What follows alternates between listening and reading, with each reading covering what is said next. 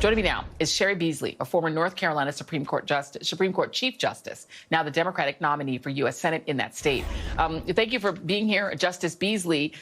And, you know, I think North Carolina is a really interesting cautionary tale, right? In a good way, in the sense that North Carolina was the last to go in terms of Republicans taking over the whole South and taking over state legislatures and governorships. But now Democrats have a foothold in terms of the governorship, so they've been able to beat back a lot of the worst things Republicans could do.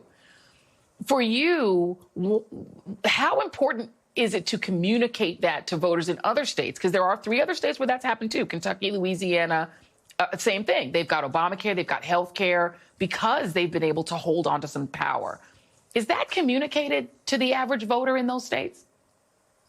You know, I would just, and thank you, Joy. It's good to be here.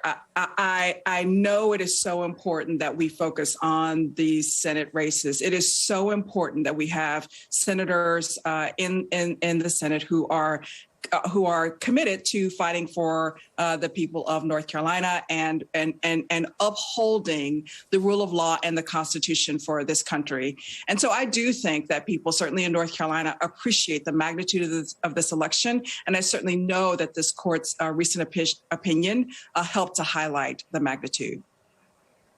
But I mean, and I know you're running for the United States Senate, and I'm going to get to that. I'm just going to pivot to that in 1 second. But I just want to go back because you were state Supreme Court justice. You won statewide already, which is why it's clear that you can win statewide, because you were elected Chief Justice. People need to understand you were an elected Chief Justice in a state with an elected governor that is a Democrat. So people understand in North Carolina that they can elect the Democrats to statewide office. But do you think that the party has been good at explaining to people that down ballot from Chief Justice and governor, those state reps and state senators, the power they have to now literally decide what women can do with their bodies? Do you think the party's communicated that? You know, it is so important that all of us understand that we need to elect people in the Senate, in the State House, in our local government who are committed to protecting a woman's right to reproductive decisions about her own health without government interference. And we know that politicians, to include my opponent, Ted Budd, are trying to take this right away. The court's decision is certainly very disappointing, but these elections are important. And I really do think that people in North Carolina understand the magnitude of all of these elections.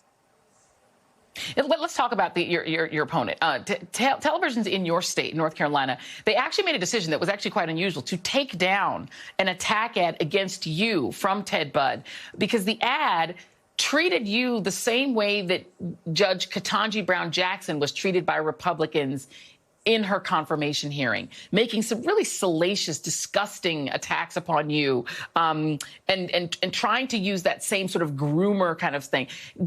You're not running against like a regular old Republican. You're running against a full MAGA Republican.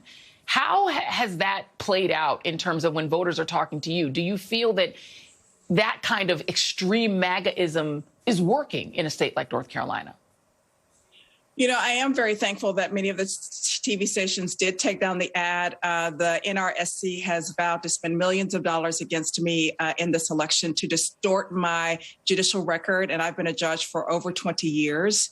And they don't spend that kind of money unless they know that they can lose and that we can win.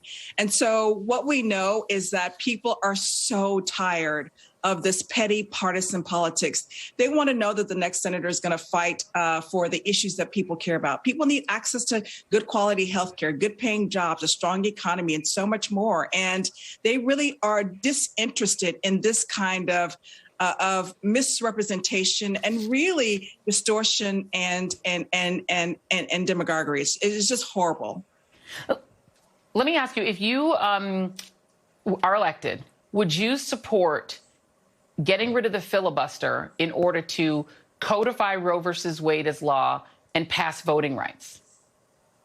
You know, Joy, the first thing I know we absolutely must do is to focus on these elections in November. It is imperative that we make sure that we have a Senate that will fight hard to support women's reproductive health. It's a constitutional right. You know, I've been a judge for over 20 years and the Chief Justice of the Supreme Court of North Carolina, and I know, as do so many of us, that Roe determined the constitutional right for a woman to make this own very private right for her personal decisions without government interference. And so it's important that we have a Senate. Now, if we get to that place and after the election, and it is important that we lift the filibuster so that we can move forward on legislation that the people of North Carolina and the majority of Americans really want to have pushed through the Senate.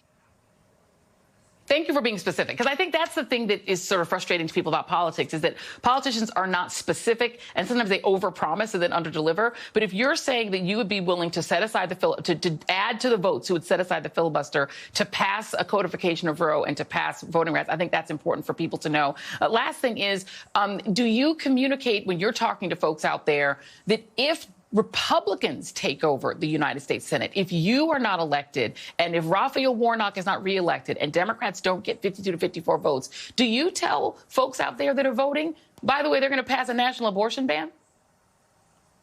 You know, what I tell them is that, and especially now that we've seen this gut punch of an opinion from the United States Supreme Court, which this is the first time in our nation's history that a constitutional right has been taken away. What I tell them is that it's this horrible precedent, and we have a whole lot at risk. Rights are at risk, civil rights are at risk, and all of us need to feel a sense of urgency around this election, and we must be engaged in this election. And so many of these issues that impact the people of North Carolina are not partisan. The access to health care, needing to have prescription drugs lowered, these are not partisan issues. And people in North Carolina need somebody who's going to fight for them, stand for what's right, and lead courageously in the Senate to represent the people of this great state. United States Senate candidate Cheri Beasley, who was the Chief Justice in that state, one of the most important races because it is a toss-up. This is a woman who can actually win statewide. So please pay attention to this race, everybody. Thank you so much, ma'am. Really appreciate you being here.